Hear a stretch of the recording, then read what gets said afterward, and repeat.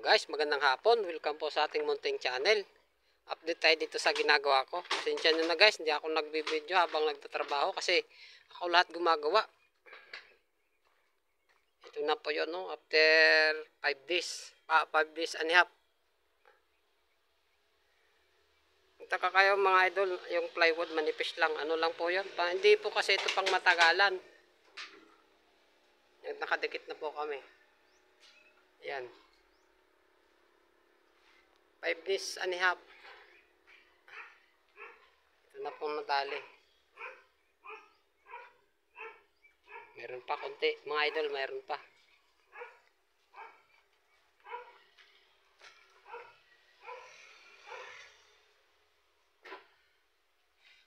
Meron pa akong mga materials dito. Pasensya na, ngayon lang naka-update. Kasi nung nag-umpisa kami, natigil kasi yung budget, hindi kaagad na i-release sa sa ATM. Kaya medyo nabitin, medyo natagalan. Pero okay na rin dahil halos buo na yung materials ko. Ito guys, yung plywood na yan na nakikita nyo yan, mga yan. Ngayon hapon lang po na kinabit. Kasama ko yung pugi. Wala dito si Paring Pidoy. Yan kasi may pasok sila. Yung kapatid niya yung kasama ko kasi wala na akong mahugot na tao. Shout out po sa inyong lahat mga idol. Nakatornilyo po ito mga idol. Ano to yung ginamit ko? Tex screw. Silip tayo dito. Yan po. Tapos naglagay ako ng daluyan ng tubig kasi yung dun banda malapit sa CR, gagawin nilang labahan. Ito po ay hindi pong pang matagalan. Kaya sinadya nilang ganito yung materials na gagamitin para pag sakaling baklasin o kaya aalis sila, matatanggal nila, hindi yung semento. Pag semento kasi hindi mo na mabaklas mo, durog na, wala ka nang may uwi doon. Bukas ulit mga idol kasi medyo pagod na. Meron siyang isang bintana. Ito yung likod niya. Doon tayo sa loob para meron pa akong ipapaliwanag dito kasi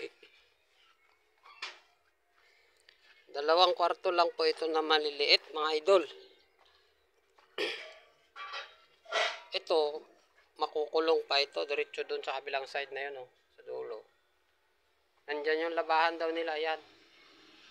Yung part na yung labahan. Kasi yan yung CR. Hindi lang po akong gumawa ng CR na yan, si Paring Pedro. Ito, sa space na ito mga idol, sa baga, magiging dalawang kwarto ito. Kukuha lang ako ng medyo malaki-laki na isang kwarto tapos yung isa maliit kasi double deck. Ayan naka na. Yan yung ilalagay namin. Yung double deck na yan, nasa isang kwarto dito sa maliit. Bali, 8 feet lang po yan mga idol. 8 feet yung haba ng kwarto niya. Tapos yung lapad, nasa 5 feet lang. 8 by 5 feet. Tapos itong matitira dito, ito na yung pinaka dirty kitchen nila. Bala sila kung anong gagawin nila dito. Kasi yun naman ang usapan. Tapos dito, may mga lamisahan siguro sila pagkainan. Kasi dalawang kwarto lang naman na maliliit. Hindi naman kalakihan. Papahinga muna kami kasi medyo pagod.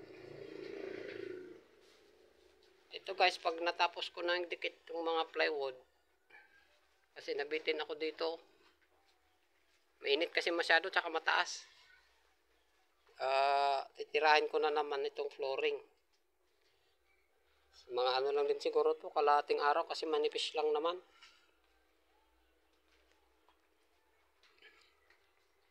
Hanggang dito lang po yung semento. Ito papantay. Kaya ako nag-hollow blocks dito kasi Pa-slope kasi yan mga idol kung hindi ako maglalagay ng hollow blocks. Yan o.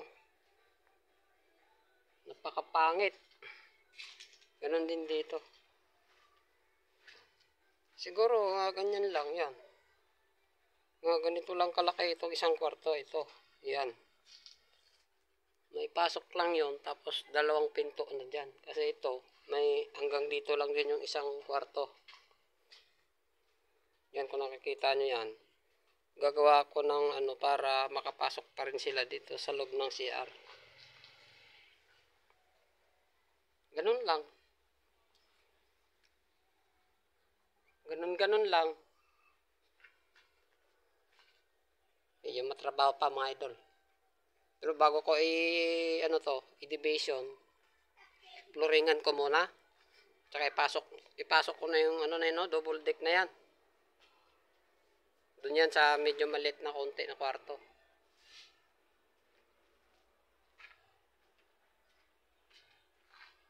Ito, baka kukulangin pa itong materialis niya. Kasi may pinto pa yan dito. Nung unang usapan kasi namin, open lang yung dito na side. Pero nagbago yung isip niya. Magpipinto na lang daw siya dito. Itong part na ito.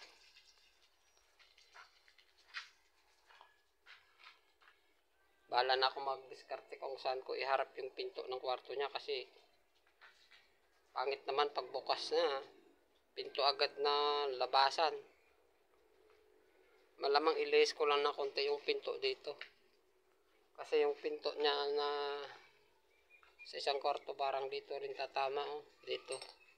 Kung i-lace. Depende na lang siguro. Pwede ko rin naman nilagay dito. Sabaga parang butterfly type na yun sa kabilang pinto. Ganon din. Parang pagtabihin ko na lang. Bahala na si Lord.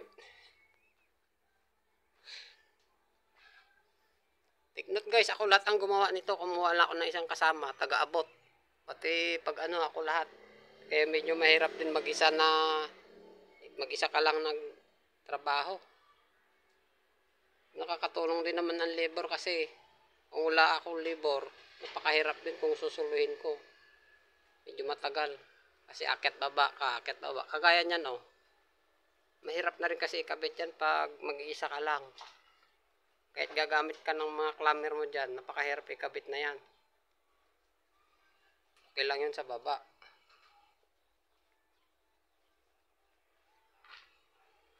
Ganun lang. Hindi ko alam kung maglalagay pa sila ng ceiling. Labas na po sa usapan namin yan.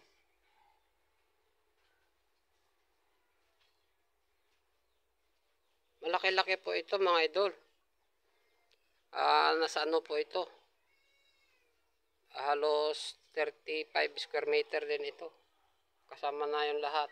Pero kung bibilangin mo yun, kasi ang tamang sukat pag nagsusukat yung mga ano, hanggang saan yung bubong, yung bagsakan ng tubig, kasama po kasi sa sukat yan. Ito, pag sinukat mo lahat, nasa 40 square meter na po ito. Ganito lang.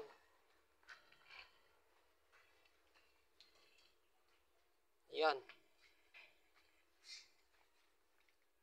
Kasya na yung pang, ano, buong pamilya. Pero ito, hindi lang buong pamilya to. Dadami sila dito. Pang simple lang naman to eh.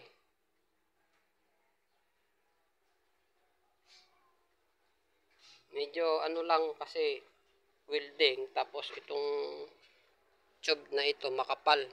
Kaya matibay siya kahit tubular lahat yan, matibay yan. Ito manipis, pinahabol ko na lang kasi naubusan na yung itong makapal, yung industrial na tubular. Makapal kasi siya. Unlike nitong ano, ito, medyo malambot pa yan. Pero wala na, hindi na magkasya. Kaya nagpabili na lang ako ng ganito. 1x2. Yung kapal nito ay 0.3. Pag manipis pa dito, wala na po. Hindi na gaanong matibay yun. Mahirap na pong weldingin.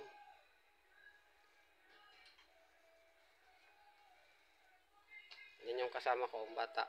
Bata lang yan, pero nakakaanak na po yan. Yahoo! Ayusin mo na boy, para maigilid mo na yung ano, baka maligo sila dyan.